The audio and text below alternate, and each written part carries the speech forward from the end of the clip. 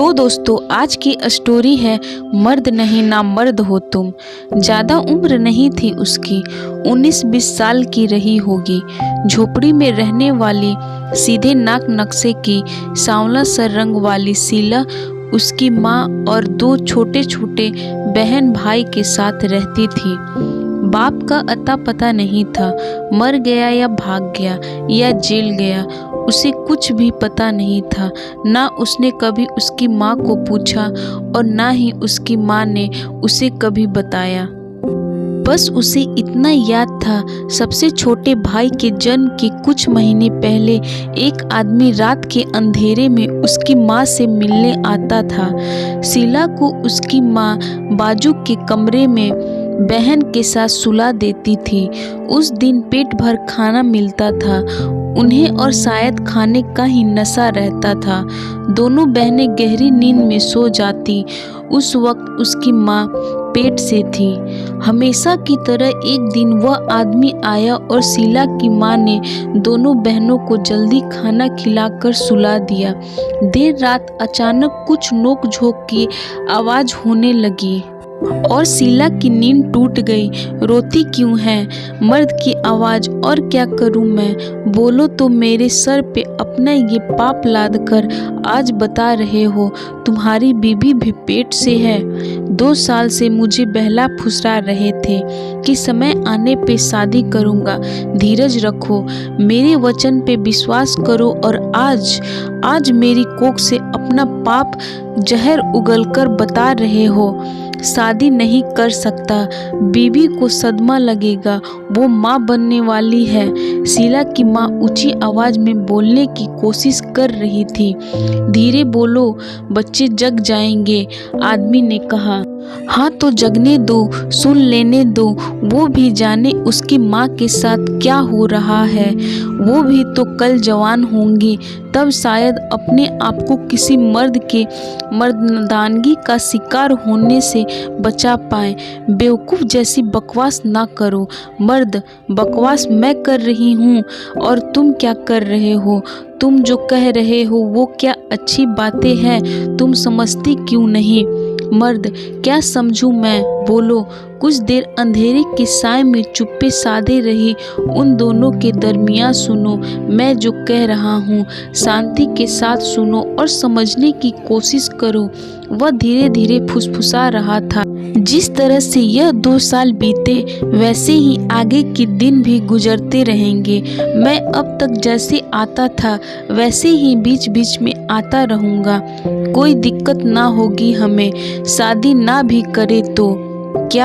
क्या कह रहे तुमने? कोई दिक्कत नहीं होगी, शादी ना करे तो?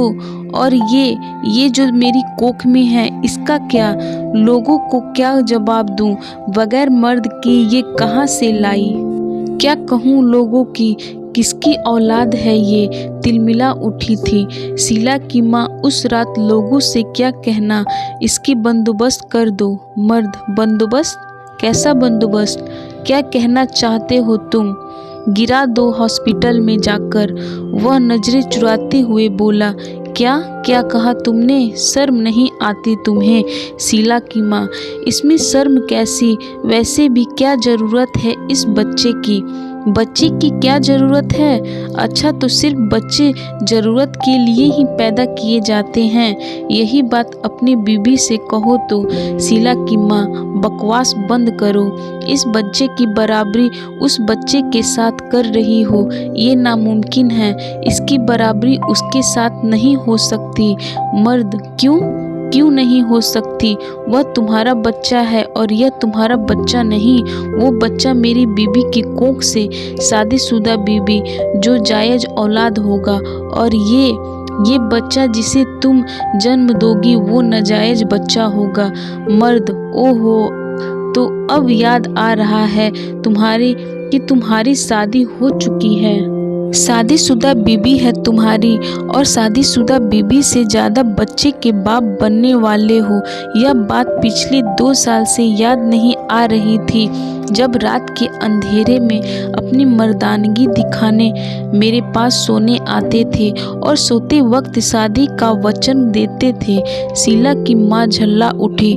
चुप हो जा, गुस्से से वो चिल्ला उठा। तुम बात समझने की कोशिश क्यों नहीं करती? देखो, बहस मत करो, जो कह रहा हूँ चुपचाप मान लो। मेरी बीवी है, मैं तुमसे शादी नहीं कर सकता। कल ही इस बच्चे को गिरवा दो। हम जैसे आज तक मिलते रहें वैसे ही मिलते रहेंगे। मर्द उसे समझाने की कोशिश कर रहा था।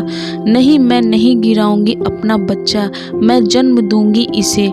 शीला की माँ, क्या ये तुम्हारा आखिरी फैसला है? हाँ ठीक है, तुम्हें जो करना है करो। इस बच्चे से मेरा कोई वास्ता नहीं, ना इसका कोई खर्चा दूंगा।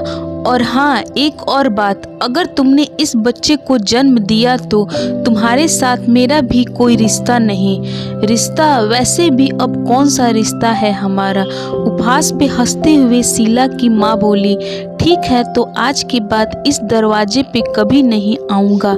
मत आना। वैसे भी सिर्फ सोने भर के लिए अपने आप को मर्द समझने वाले इंसान के साथ कोई रिश्ता रखने के बजाय मैं अपने संतान को जन्म देना पसंद करूंगी।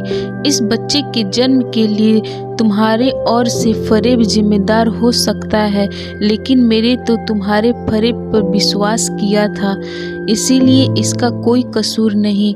बहुत ही सख्त जुबान हो चली थी शीला की माँ की। निकल जा यहाँ से, आइंदा कभी अपनी सूरत ना दिखाना। मैं पाल लूँगी अपने बच्चों को। तुम्हारे जैसे नामर्द की मेरे बच्चों को ज़रूरत नहीं। शेरनी की दहाड़ मारते हुए शीला की माँ बोली, और वह उस रात के अंधेरे में जिस तरह आया उसी तरह रात के अंधेरे में निकल गया। उसके बाद शीला ने उस आदमी को कभी भी घर आते नहीं देखा और ना ही उसकी कोई खबर, ना ही उस आदमी ने शीला की माँ की या उन भाई बहनों की कोई खबर ली। हर महीने शीला की माँ का पेट बढ़ता जा रहा था, साथ ही साथ उसकी थकान भी बढ़ती जा रही थी।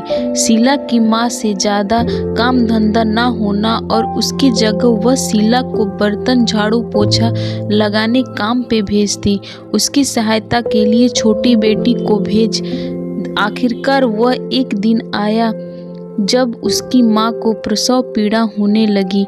छोटी बेटी को घर रखकर शीला को साथ ले वह जैसे तैसे अस्पताल पहुंची, दर्द को संभालते। ओपीडी कार्ड बनवाने लंबी कतार में खड़ी हुई। 2 कतार लगी थी। जब उसका नंबर आया तो रजिस्टर पे नाम लिखवाने वाला, क्या नाम? उसने उसका नाम बताया। अरे पूरा नाम बताओ। आशा। इतना ही नाम है मेरा। शीला की माँ, क्यों मर्द का नाम नहीं? नहीं है मर्द। दबे होठों से दर्द को दबाते हुए वह कुछ कराहती बोली, मर्द नहीं है तो ये बच्चा कहाँ से आया? बगैर मर्द का आसमान से गिरा क्या? उपहास करते हुए उस आदमी ने पर्ची हाथ में थमाया और शर्म से गर्दन झुकाए शीला की माँ ने पर्ची को थामा और आगे बढ़ने लगी। कुछ कदम चलते ही दूसरी कतार में एक आदमी को देखा। कुछ पल वहीं रुक गई। वह आदमी वही था जो रात के अंधेरे में उसके घर दबे पांव आता था और आज दिन के उजागर में शायद वह भी अपनी गर्भवती बीबी को प्रसव के लिए अस्पताल लाया था। दोनों की नजरें मिली तो शीला की माँ ने उपहास से मुंह मोड़ते हुए अपनी राह पकड़ी। शीला तब इतनी बड़ी ना थी कि उसे उसकी माँ के मुख को उपहास की हंसी आई थी। उसका अर्थ समझती और ही ना उसे दुनियादारी का तजुर्बा था। लेबर रूम में 2 पलंग थे और दोनों पे 2 औरतें लेटी थी। एक पे शीला की माँ और दूसरे पे उसे माँ बनने वाली रात के अंधेरे की मर्द की शादीशुदा बीवी। दोनों दर्द से करा रही थी। फर्क इतना था कि शीला की माँ के साथ उसके दर्द में उसे हिम्मत ढाढ़स बांधने वाला उसका साथी ना था, तो दूसरी ओर दूसरे पलंग पे लेटी औरत के पास उसका बीच बीच में उसका पति आता और हाथ पकड़कर 2 शब्द बोल के चला जाता। उस वक्त शीला की माँ दीवार की तरफ मुंह फेर कर अपने गले में ही आंसू की घूंट निकल जाती, लेकिन सिस्टर उसके पास आई। अरे कैसे है तेरे घर के लोग? एक बेटी के साथ तुझे ही अकेला अस्पताल भेज दिया। तुम दोनों माँ बेटी अकेली कैसी करोगी? कम से कम एक आदमी तो साथ आना चाहिए था। बाहर से दवाइयाँ मंगवानी पड़ी तो कौन लेकर देगा? उस वक्त बाजू के पलंग पर लेटी औरत के साथ उसका पति खड़ा था। हमारे घर में कोई आदमी नहीं सिस्टर, शीला की माँ ने जवाब दिया। अरे तो कम से कम तुम्हारा मर्द तो होगा, इस बच्चे का बाप। मेरा कोई मर्द नहीं, इस बच्चे का बाप नामर्द बनकर कहीं मुंह छिपाए बैठा है। भाग गया नामर्द मेरी झोली में अपनी मर्दानगी डालकर। मुझे हालातों से अकेला लड़ने के लिए उपहास, गुस्सा, तान, ना जाने कितने अनगिनत भाव भरे थे शीला की माँ के उन शब्दों में, जिसे सुनते ही वह पांव पलटकर कमरे से बाहर चला गया। वक्त ना कभी रुका है और ना ही रुकेगा। वक्त भी बीत चुका था और हालात भी। आज शीला जवान हो चुकी है। तीनों माँ बेटी मेहनत मजदूरी करके अपने घर चलाती है और बेटे को स्कूल भेजती है। तो दोस्तों, आज की आपको ये स्टोरी कैसी लगी कमेंट बॉक्स में ज़रूर बताएं। और अगर आप मेरे चैनल पे नए हैं तो चैनल को लाइक, शेयर और सब्सक्राइब करना ना भूलें।